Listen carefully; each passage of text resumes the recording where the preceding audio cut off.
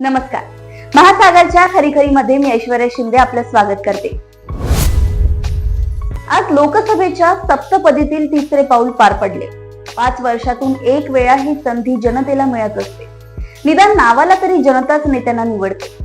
आपल्या देशातील गेली 10 वर्षे वेगळ्या प्रकारच्या राजकारणाची वर्षे ठरली आहे. देशाची सर्व सत्ता पंतप्रधान नरेंद्र मोदी आणि गृहप्रधान अमित शहा यांच्या हातात आहे. या 10 वर्षात काही गोष्टी सरकारला करता आल्या नाही. सरकार कोणाचेही असले तरी 100% काम कोणालाही करता येत नसते. आजच्या एकूण परिस्थितीकडे लक्ष दिले तर या पहिल्या ते तिसऱ्या टप्प्यातील मतदानाचे आकडे फारसे वाढलेले दिसत नाही. कमी मतदान हेच 3ही चरणांचे शाश्वत सत्य आहे. कोणत्याही परिस्थितीत आपली सत्ता टिकली पाहिजे असे प्रत्येक शासनकर्त्याला वाटत असते. तसेच मोदी शहांनाही वाटत असेल यात शंका नाही. 10 वर्ष सत्ता राबवल्यावर जनतेच्या मनात अनेक प्रश्नांचे कारंजे उडत असतात. या कारंज्यांतून जनमनाला शोधण्याची गरज असते.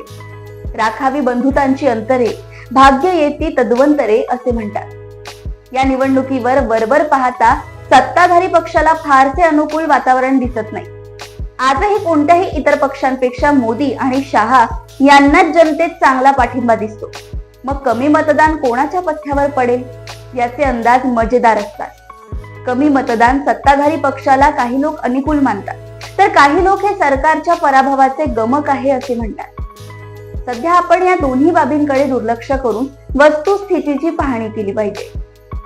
आजच्या परिस्थितीत आपल्या देशाला भविष्यात काय होईल हे सांगत बसण्यापेक्षा वर्तमानात काय आहे याचाच विचार केला पाहिजे. या पहिल्या ते तिसऱ्या टप्प्यात 52% मतदारांनी मतदान केले आहे. आजच्या एकूण चर्चेत जे जे मुद्दे उपस्थित होत आहेत त्याची कल्पना जनतेने केली नसेल. महागाई, बेरोजगारी यासारखे मुद्दे सरकारला धारेवर धरू शकतात, पण तरीही एका गोष्टीसाठी आपण देशातील लोकशाहीला शिरसाष्टांग नमस्कार केलाच पाहिजे.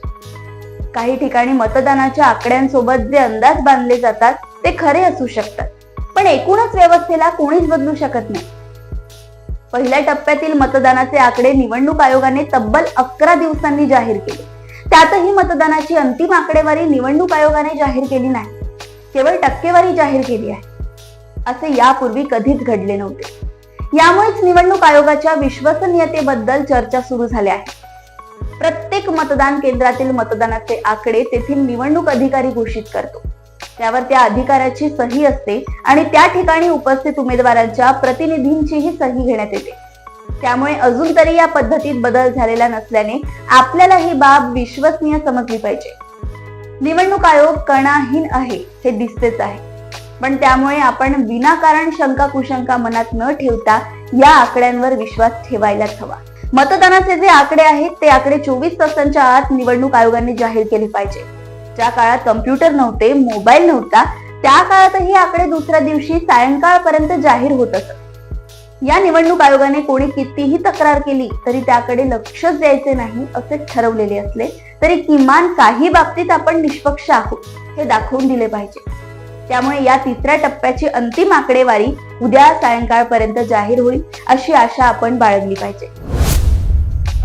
अशाच राजकीय घडामोडी व अपडेट सोबत पुन्हा भेटूया महासागरच्या खरीखरीमध्ये. बघत रहा महासागर. आणि अजूनही तुम्ही आमच्या चॅनलला लाईक आणि सबस्क्राईब केलं नसेल तर लगेच लाईक आणि सबस्क्राईब करा आणि बघत रहा महासागर. नमस्कार.